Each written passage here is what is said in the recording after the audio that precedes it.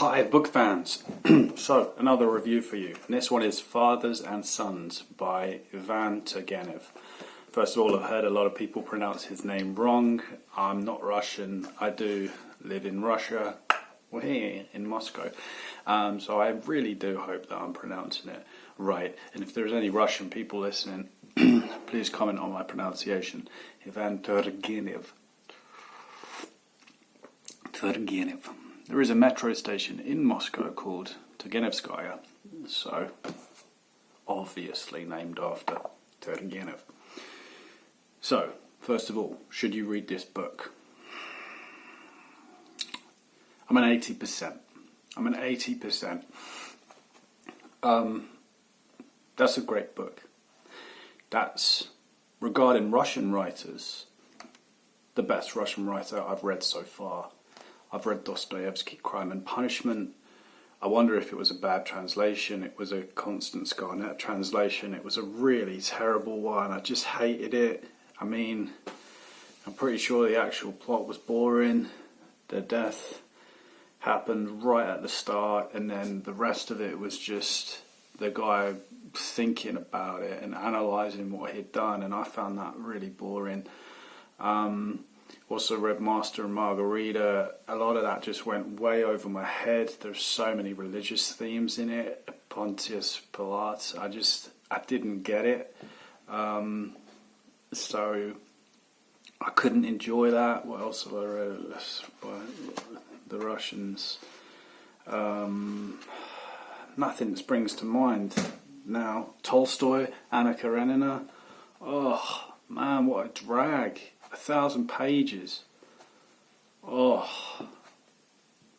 No, don't. Anna Karenina is supposed to be one of the greatest books in the world. Boring as hell. I didn't like it. The best part was the end. And genuinely the best part was the end. There was a part about Levin. Anyway, we're talking about Fathers and Sons, so yeah, I rate this book the best piece of Russian literature I've read so far. Also Lolita, which I've read, but to be honest, the narrator was showing off too much with his language, trying to use words which were long and eloquent and elegant, but very literary, and that's why it was almost painful to read.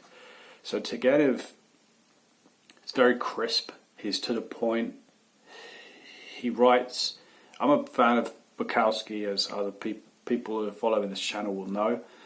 But the reason I like Bukowski is because you can read him, and it's a fantastic story. And so Turgenev is a long way from Bukowski, a long way, obviously.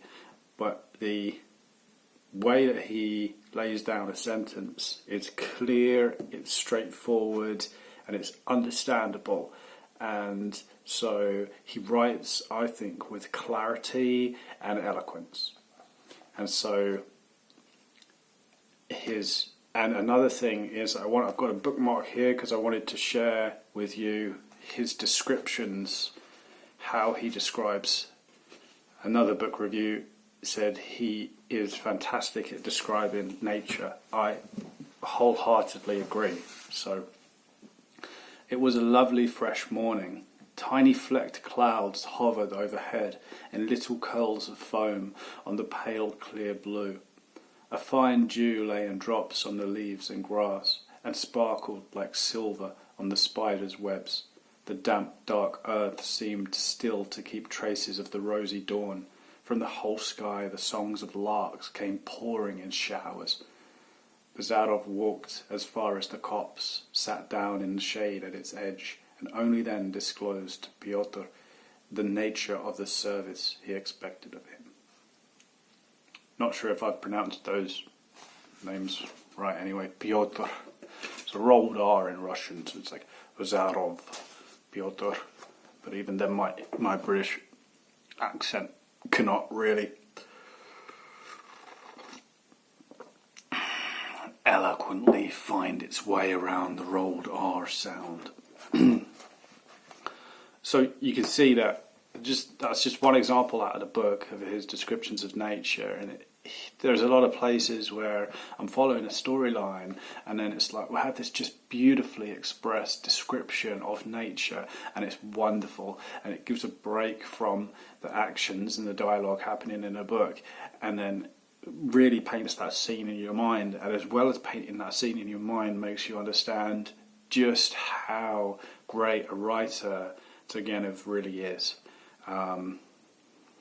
So that's just one thing. And then another thing about Turgenev is that the wisdom of this man.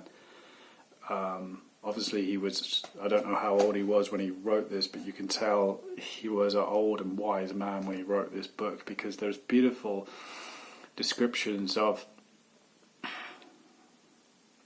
people would say that at its core it's a story about nihilism, but we have a set of different characters and two young guys, and we follow them as they fall in love with two other female characters, and the point of view that Turgenev places, the frame that he places these love stories within, is different, and it gives us a different perspective on two relationships as they evolve, even 3 or 4 relationships as they evolve. I'm even thinking of another one now, which is another. So there's 3 minimum that are focal to the story, and all of them are different love stories. And Turgenev writes, again, like I say, with clarity and perspective on those. So giving a different view of love and explaining it from different angles. And it's just very beautiful to hear those descriptions. And also, if you're older and grown up and you've been through love stories yourself, you're genuinely able to go, oh my God, yeah, I was like that when I was young, or I'm like that now, or oh my God, I'm going to be like that when I'm older.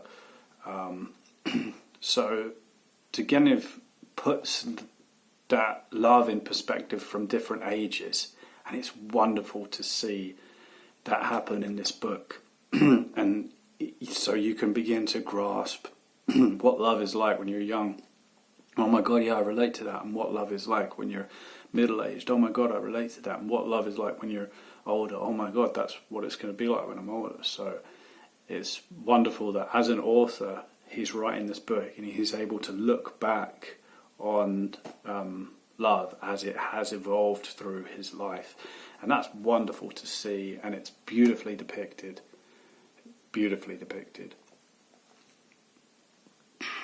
So I think about the nihilism in this book as well, is that the main character, Bazarov, is a nihilist, and so he believes in absolutely nothing apart from himself, because he's got a lot of arrogance, but it would appear that he has an extreme amount of self-confidence. However, he does say, I believe in nothing, which would imply that he doesn't even believe in himself. I don't want to spoil the end, so actually stop now if you want to read it, and I recommend you do, because I just think that you're gonna see and how things can be done as a writer, and you're going to see how wonderful Turgenev is as a writer, the wisdom and the skill that he has in telling a story through words. It's wonderful. It's a really good story. It's going to make you think. It's going to make you examine love and nihilism and gather your thoughts on those things. So I recommend it. Now, spoilers. Bazarov dies at the end. And so some people have said that, well, this was Turgenev's way of glorifying and promoting this character of the nihilist. I don't think that's right. I think that really this is a caricature of the nihilist character. I think that really it's Turgenev picking up, satirizing. I think it's a satirical comment on the nihilist character. And you see that because even though the main character is a nihilist, he's challenged all the way through on these nihilistic ideas. And at the start, he seems like an arrogant jerk. And I didn't like him at the start.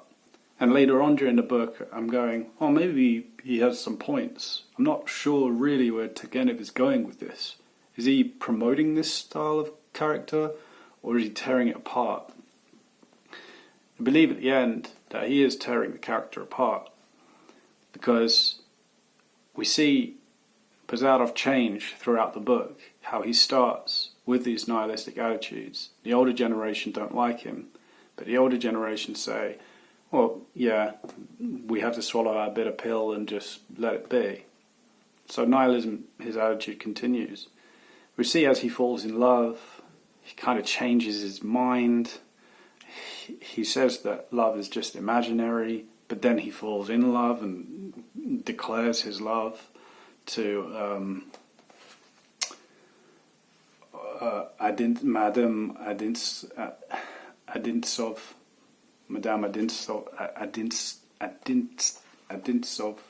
That's hard to pronounce. So is what he believes in and his actions don't align. So we see that he's a man of thought, really, is Bazarov. But as far as his thought goes out actually into the world, he's only a man of thought. He doesn't really know how to act in the real world. He's just a man of a lot of arrogance. It's interesting to see that evolve, and despite this, he doesn't change his ways. He still sticks to his nihilism, but we see that the character Arkady started at the beginning of the book with great respect to Bazarov, following all of these attitudes. But by the end of it, Arkady realizes he's more empathetic, and he doesn't hold the same attitudes as Bazarov, and he never will, because he's, in the book, more soft-hearted and not as stubborn as Bazarov seems to be. So we see that actually, and even Madame Adintsov was never in love with Bazarov in the first place, because when he's dying, she says, I would have felt more if I had been in love. She feels like a pang of resentment, but she doesn't feel anything like, oh my God, tragedy. And then she realized she was never in love with him. So actually he's quite a despicable character, a man purely of the mind who just believes in nothing.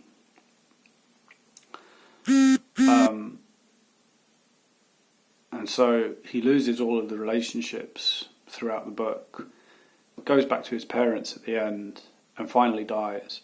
And I believe, from the way that I would personally choose to interpret this book, is that there is a man who believes in absolutely nothing. He believes just in meaningless nihilism. It's all just a pile of nothingness, dirt. S-H-I-T. And so he becomes that at the end. There's a man that believes in nothing, and very towards the end of the book, he becomes nothing. And I believe that then there's these marriages that happen, and Arkady finds out that he's actually in love with Katya, and they marry. As well, the Nikolai Petrovich marries Fenishka. So it's actually a promotion of love. This is how I interpret the book. A promotion of love in the face of this philosophy of just nothingness. And I was like, when I was younger, I genuinely was like, oh, it's all imaginary and it's all just, it's meaningless and nothing. And then as I matured, I kind of understood that, there is this love energy that is great and it pervades everything. And so I'm going to choose to interpret this book in that way, because I think that's how Turgenev would have genuinely meant it. Because at the end, I want to read you the very end of the book. assuming you've already read it, just to go over it again. Can it be that their prayers, their tears are fruitless? So this is when the parents of Bazarov are kneeling at his grave, and they're the only ones there. And remember at the start that it said he was going to be famous, and then he died. So can it be that love, sacred, devoted love, is not all powerful? Oh no. However passionate, sinning, and rebellious, the heart hidden in the tomb, the flowers growing over it, peep serenely at us with their innocent eyes. They tell us not of eternal peace alone, of that great peace of indifferent nature. They tell us too of eternal reconciliation and of life without end.